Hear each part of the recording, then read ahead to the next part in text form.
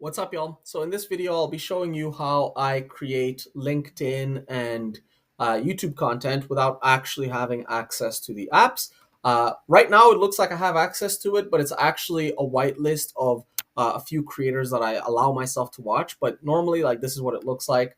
If I were to click on this YouTube video, like any other video, it's blocked, but I actually have to put in like a keyword. So like an example of someone that's allowed is Alex Hormozy, but it's just going to normalize the this is how I would be able to watch a video from a creator that's whitelisted. And as you can see, I don't have any recommended videos. I allow myself to see some comments, but no recommended videos. We go on LinkedIn. We've got a person, Taylor Heron. I mean, it doesn't matter who it is, but we're not actually able to see any of the posts. So if we were to go to show all posts, we don't see any posts. And so realistically, I don't have access to social media.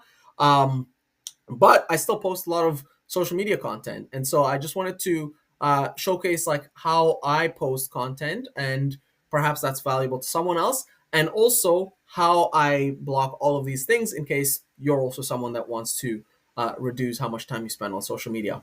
Okay, so let's get started with how I'm actually posting. So I'm using this tool. It's called Agora, a social pilot, and it essentially allows you to post on basically anything. As you can see, I've got a bunch of posts here. I post videos, images, whatever I want to post. I post it from here, and this is what it looks like. You basically go here, you pick whatever you want to say. It goes on LinkedIn. You can also put it on YouTube, so you can very easily post across all of your social media. So if you've got a Twitter, if you've got an Instagram, if you got whatever, making posts from a tool like this makes it really easy so that you don't have to actually log into here. So I don't even have a way to post from directly within LinkedIn. By the way, these blocks are also happening on my phone as well. And something else that you might be interested in is like, what about the comments? What about the inboxes? What about all of that stuff? These tools do allow you to have an inbox, and so Social Pilot, you essentially need to upgrade. But Agora Pulse, it's blocked because I don't want to distract myself with too many comments and whatever. But Agora Pulse, this is another tool. This one allows you to see the comments and also reply to the comments in real time. And so you could still have access to YouTube, LinkedIn, all of these things as a creator without actually logging in. And then how I'm doing these YouTube whitelists, it's actually using a tool called Tamper Monkey. So I'll show you the scripts that I'm using. So Tamper Monkey, this is the extension. The script is basically I'll actually show it. So dashboard. This is the script. It basically just looks at the slug, and so when we click on a YouTube video, it's going to have the normal URL. But if we were to do an end and then have a whitelisted name, so as I had previously showed, let me show you another person that I have, Regis Kilbin. This is just like a gaming channel that I enjoy. So boom, I have the person allowed because now we have Eric Nowoslawski in the link, and the tool that's allowing us to do these blocks is called what do you call this? Cold turkey. Cold turkey. And so this is what it would look like inside cold turkey. We have a bunch of people that are whitelisted. Okay, so that is the overview. Let me dive deeper into all of these tools. So Tamper Monkey, I just showed you. That's what's allowing us to change this URL. That way we can watch a whitelisted YouTube video. And then cold turkey, this is the main blocker. This one allows us to block pretty much everything. So any websites we want to block, any movies, any whatever. Like let me show you movies for example. So if I wanna block movies, we just block like HD TV, and then actually that's about it. Like it's very easy. But I can show you like yeah, actually phone block. Yeah, we can look at this one. Phone block. This one is basically just blocking some other tools like that prevent me from messing with my phone, right? But essentially, cold turkey, you can block any website on this tool, and it's very hard to unblock these things.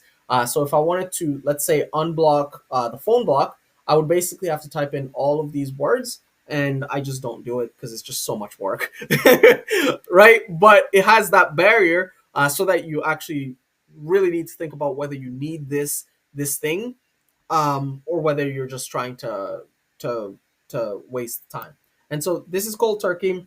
And with regards to the content creation, we've got some website exceptions. So evening exceptions, Agorapulse, and some social pilot analytics and YouTube Studio, I allow myself. So that is after 10 p.m. So like 10 p.m. to 12 p.m. If I'm in the mood of like looking at the analytics and trying to understand like how all of these things are working, I'll allow myself to do that. But I'm trying not to like spend like all my mornings, all of my afternoons just looking at comments, looking at analytics, looking at all of these things. I post, leave, and then if I'm in the mood at 10 p.m. to 12 a.m., I'll check these tools. So that's one of the blocks that I've got. And then I've got workday blocks. These are basically just limiting how much time I could spend on these social media posting platforms. Um, that's that. Okay, so let's look at some other stuff, right? Like how am I removing the ability to see the activity, right? So when we go to the show all posts, I'm not able to see the posts over here. What I'm using is a tool called AdBlock, and so let me show you what that looks like. If we were to say want to remove this, we would be able to remove that. And that's it. When we do looks good, it's going to remove it for us, and then we don't need to worry about it. Now I've taken some extra steps to just like make this like not deletable. So like this is the first ad block which you can remove from Chrome, and then this is the second ad block which is installed by the administrator.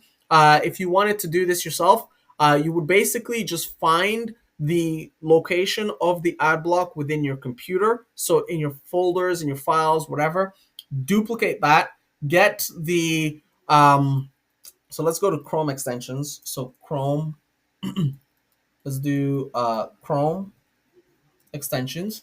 Over here, you're able to actually just go ahead and add a brand new extension, which you can modify yourself. So look, you can look at the code for the ad block, and then actually the other the actual way to do it is you would put that, you would install the app.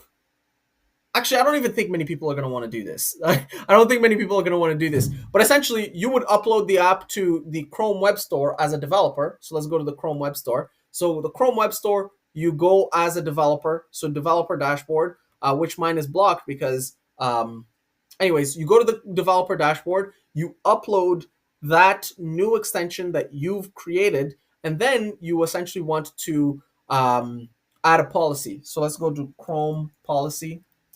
So we've got some Chrome policies. Extension install force list. You want to add that extension force list like this for the Chrome Web Store modified um, ad block. So that's that.